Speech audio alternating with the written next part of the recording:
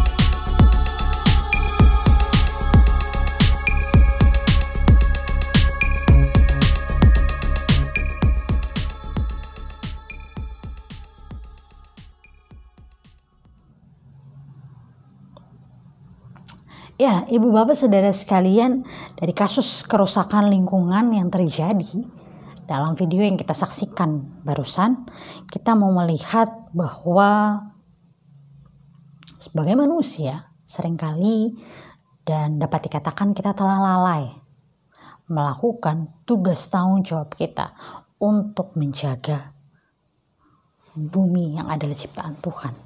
Kalau kita mau membaca dari kitab Kejadian pasal yang kedua, ayat yang ke-15 mengatakan, Tuhan Allah mengambil manusia itu dan menempatkannya dalam Taman Eden untuk mengusahakan dan memelihara taman itu. Ayat ini mau mengatakan bahwa ketika Tuhan mengambil manusia itu, mengambil setiap kita diberikan tanggung jawab untuk mengusahakan dan memelihara taman yang dalam hal ini saat ini adalah bumi yang Tuhan berikan bagi setiap kita. Menjaga lingkungan, ekosistem yang ada, tumbuh-tumbuhan, hewan yang ada di sekitar kita. Tapi apa yang terjadi? Kasus kerusakan hutan, kerusakan ekosistem laut masih marak terjadi. Bahkan di tengah-tengah pandemi saat ini, kita justru abai pada langkah-langkah yang harusnya kita ambil untuk menjaga bumi ini. Bapak Saudara sekalian, malam hari ini melalui kisah Ezra, ketika Ezra mengatakan kepada para imam untuk rawatlah dan jagalah itu sampai kamu dapat menimbangnya di depan para pemuka imam serta orang-orang Lewi dan para pemimpin kaum keluarga orang Israel di Yerusalem di dalam bilik-bilik rumah Tuhan. Dari ayat ini apa yang disampaikan Ezra ketika dia diberikan tanggung jawab besar untuk mempersiapkan persembahan tadi, untuk menimbang emas, untuk menimbang talenta yang ada. Dan ketika dia mempersembahkan kepada para imam, dia juga meminta para imam itu untuk menjaga, merawat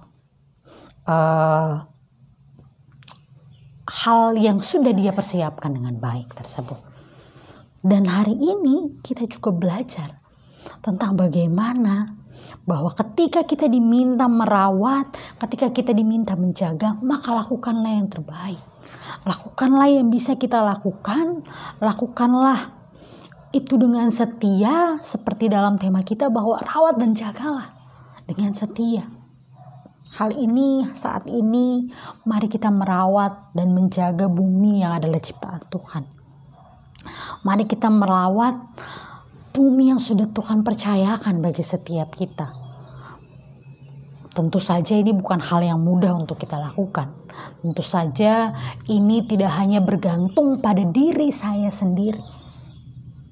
Ini tidak hanya bergantung pada sesosok orang sendiri, tapi kita perlu melaksanakan upaya merawat dan menjaga lingkungan secara bersama-sama.